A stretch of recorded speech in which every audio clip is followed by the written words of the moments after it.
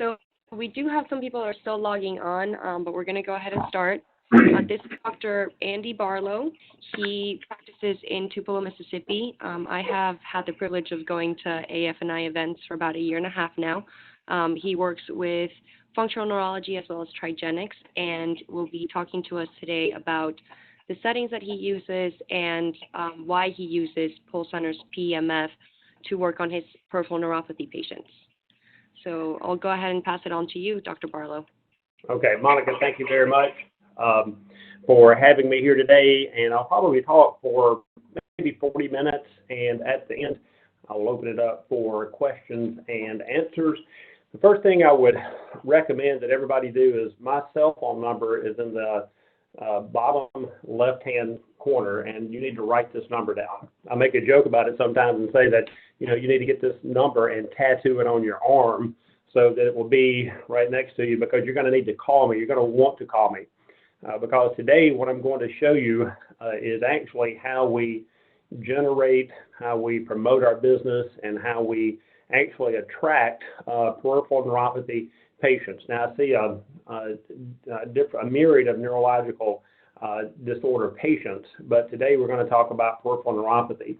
So my cell phone number is 662-231-2236. So make sure you write that down. And Monica, let's go to the, and by the way, I am a chiropractor, but also I am a board certified chiropractic neurologist. I spent 6 years of my life while I was in full-time practice traveling to Atlanta, Georgia, to get my diplomate, and not just to get my diplomate, but to actually own functional neurology. And I actually have my own functional neurology institute in which I teach doctors not only functional neurology, but actually how to make a phenomenal living and have an incredible practice. Some of this we'll talk about today. Also, I'm a fellow of the American College of Functional Neurology. And next slide, please. All right, and I am an instructor for the American Functional Neurology Institute. My website is afniseminars.com, so that's one of the sites that you may want to look up and see who I am. And also, if you want to YouTube Dr. Andy Barlow, and again, YouTube Dr. Andy Barlow knee pain and Dr. Andy Barlow frozen shoulder. And I mean, it will literally floor you at what we can do with patients with knee pain and frozen shoulder. But again, today we're talking about peripheral neuropathy, but I want you to know that I'm going to teach you multiple types of conditions to treat, but today we're going to specifically talk about peripheral neuropathy. And next slide, please. The majority of my case fees are between $4,000 and $7,000. Now, have I done $30,000 case fees? Yes, I have. Have I done $20,000 case fees? Yes, I have.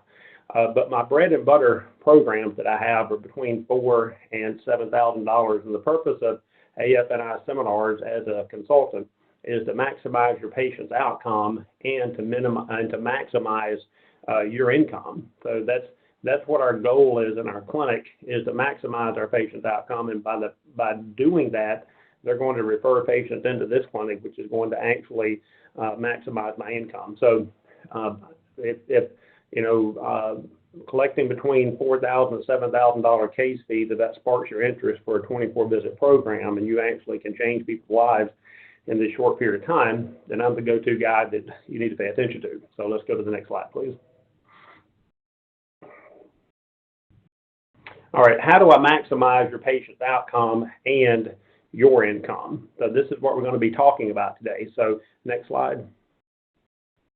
And how we're going to do that is the first thing that you have to understand is from the National Institute of Health, it states that peripheral nerves have the ability to regenerate as long as the underlying nerve cells have not been killed. Now, I actually use the Pulse-Center's MagnaPro to actually set up the standards as to whether I'm going to accept a patient for care or not. I do lunch workshops, I do dinner workshops in which I have people go to restaurants and communicate and explain to them all the therapies that we have and how powerful the PMF is, and that these nerves can be regenerated if they haven't deteriorated to a point. Now, the number that I've come up with for patients is I tell them that if you have peripheral neuropathy and we're going to turn this pulse electromagnetic field up from PMF, we're going to turn it on 5 hertz, and we're going to turn it up to 85%. And if you can actually feel that pulsing sensation, then I will accept you for care because I know that the nerves can, at some level, be regenerated. And if you can't feel that at 5 hertz at 85%, I will not accept you for care because you've got so much nerve damage that there's nothing that I'm going to do for you. So I do have a standard in which when I do my workshops and I get patients to come in, I call it the 85% rule, which is 5 hertz on the MagnaPro at 85%. If you can feel that, then I accept you as a patient. If you can't feel that, then I do not accept you for care. Next slide. So you need to understand that these nerves can be regenerated. And the second thing that you have to do is you have to actually be able to articulately explain this information to patients in a way in which they want to pay you money to come into the clinic to get their life back. And so those are the 2 main rules, is that number 1 is that these nerves can be regenerated if they haven't deteriorated to a point, kind of the point of no return. And you've got to be able to effectively communicate this to the patient so that they want to come in and they want to change their life. Now, one of the things that's important to understand is that peripheral neuropathy is a progressive degenerative disorder. And the way I explain it to the patients is that medicine will tell you that there's no hope, there's nothing that can be done, it's progressive degenerative, and it's going to get worse and worse year after year after year. And that is true if you continue to listen to medicine.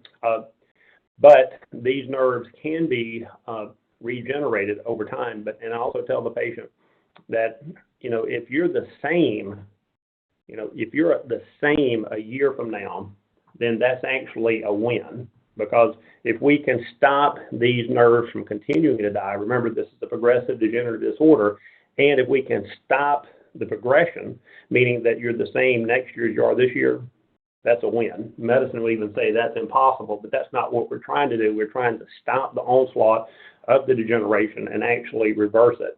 And I'll talk about today about a few patients that I've seen that I've done dinner workshops with, and these people could barely walk. They could barely function as a human being. In less than a month, using the PMF and pulse power from pulse centers, these people are walking like a normal human being, and you would think they never had peripheral neuropathy or balance issues before. So not only are they getting their balance back, but they're getting their strength back as well. So let's go to the next slide, please. Okay, now here is where the rubber kind of meets the road. When we actually, or I should say Harvard University is actually, they've done a lot of studies on businesses, and they've come up with what they call 7 critical success factors, and I've just kind of tweaked it a little bit, kind of give it a Barlowism, and I call it vital success factors. And here's the reason I call it vital, is because we are healthcare professionals, and we know that if there are certain things that are vital to sustain life. Like, for example, if somebody has brainwave activity, they're alive. If they don't have brainwave activity, then you're dead. If you've got muscle tone, you're alive. If you have no muscle tone, you're dead. If you have a pulse, you're alive. If you don't have a pulse, you're dead. So see, in life, we have vital functions that a human being has to have to sustain life and to be alive. In your business, there are 7 that I've come up with, 7 vital success factors that will be vital to you, not just surviving, but being extremely successful. And I'm going to talk about those today. So let's go to the next slide. Now, with these vital success factors, one of the things that's important is, like, for example, if you don't know how to prospect, you're in a world of trouble. And if you do know how to prospect, then you have a constant influx of patients coming into your clinic. And if you're a very poor prospector, that's going to be your limit or your limiting guide. It's kind of that John Maxwell used to say in his 21 irrefutable laws of leadership. It's called the law of the lid. And in these 7 vital success factors, you may be deficient in 1, 2, 3, or 4 of these areas. and that deficiency is what's limiting you from actually improving the quality of life of patients in your community and actually increasing your income. So what I'm going to do is I'm actually going to give you some phone numbers, and I want you to write these phone numbers down. These are the people that I use for my prospecting, and I'm going to show you some of the benefits of this. The first one is his name is Phil Straw. He's out of California, Phil Straw, and I want you to write this number down. This is going to be very important because I'm going to show you something here in just a minute that for most of you is going to blow your socks off. But for this clinic, it's just, it's an everyday thing. So when that is, we're talking about prospecting, of course, because if you can't get people in, you can't fix them. And Phil's number is 1-949-246-5220. Again, 949-246-5220. Now, what Dr. Phil Straw does is he sets up a mailer in which you can actually go into the community, that will go out into the community, and then you go to have a lunch or dinner workshop for peripheral neuropathy or knee pain. I actually have workshops in which I do, in which I've had more than 40 people. Well, I actually cap it at 40, and I've had overflows that have come in. Another one is Miss Carol Smith, and this is for newspaper.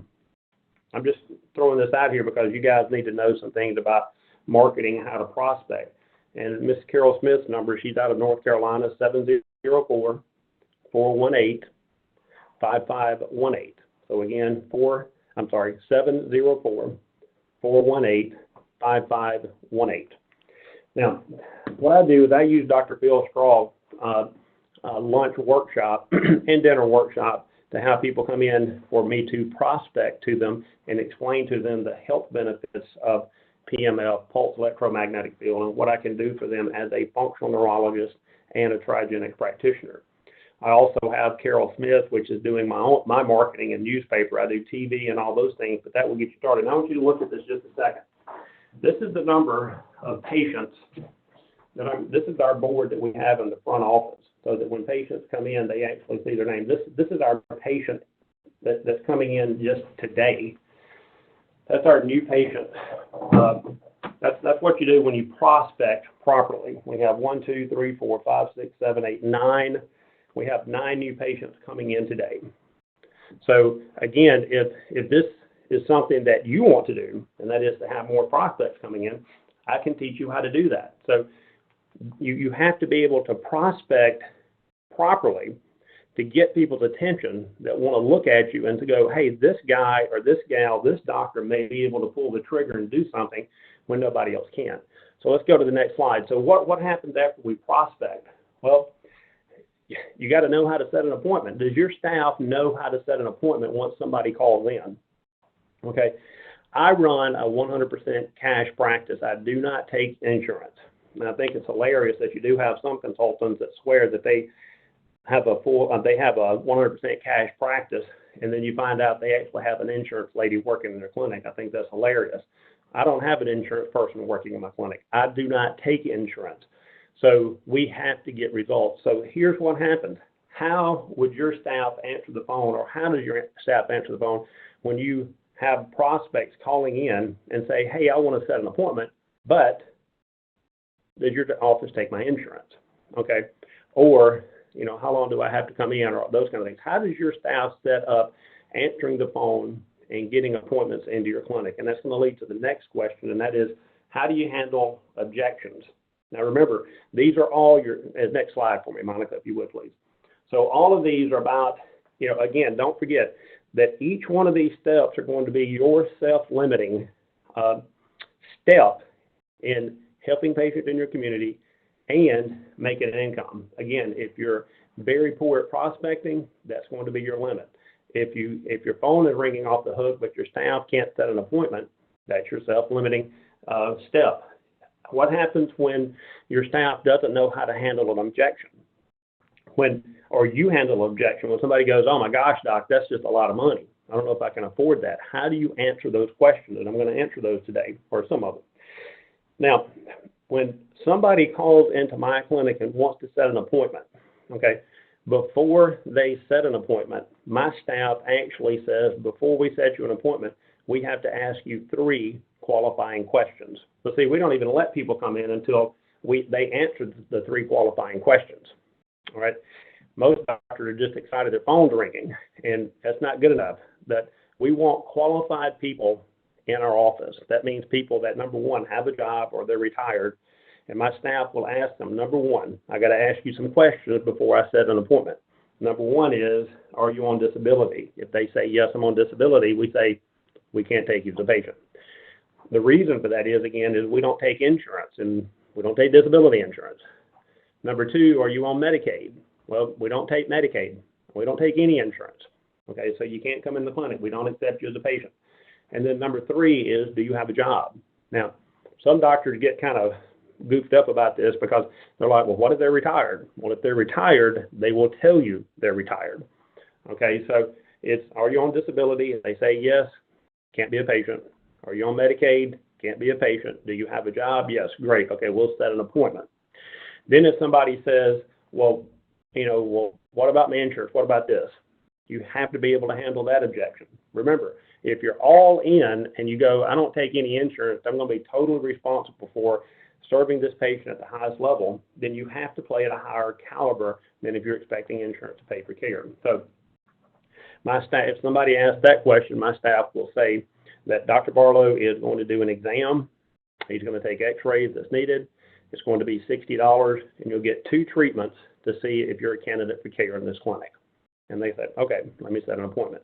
So again, how do you handle objections when patients are saying, hey, what about this? What about that? What about time? What about money?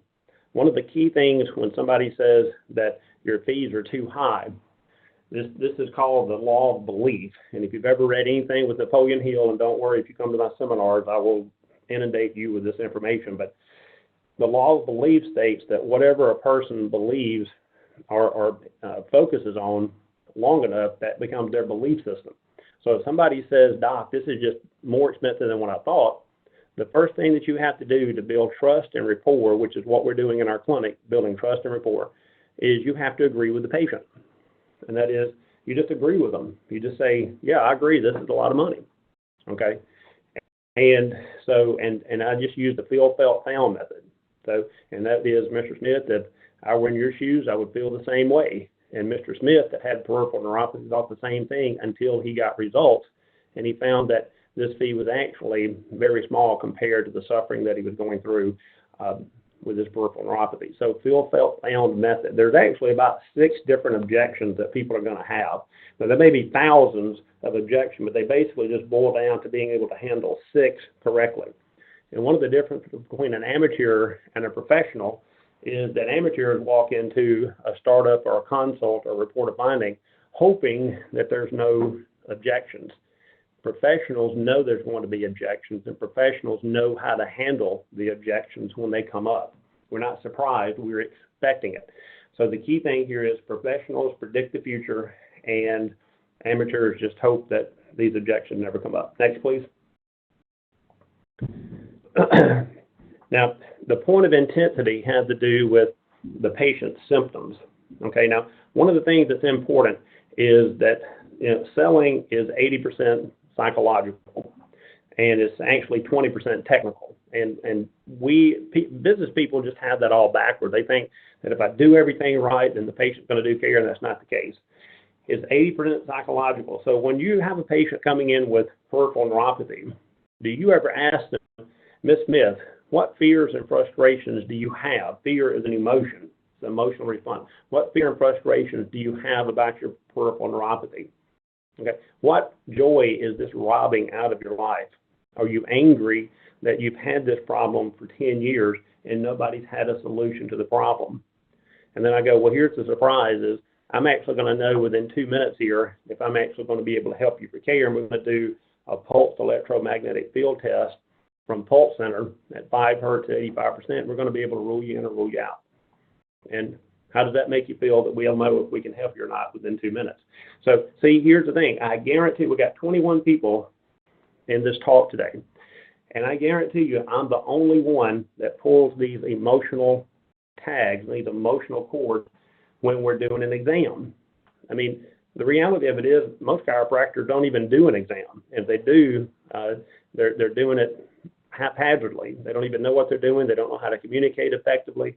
And so here's the deal. Are you using these emotional tags? Because the reality of it is people buy on emotion and then they justify logically. And here's the deal. If you're not using these emotional tags, you are seriously limiting your ability to serve your patients, which is going to affect their outcome and your income. Next slide, please. One of the things, the report of finding. Now, one of the things that I do, and my patients know this, if somebody comes in with peripheral neuropathy,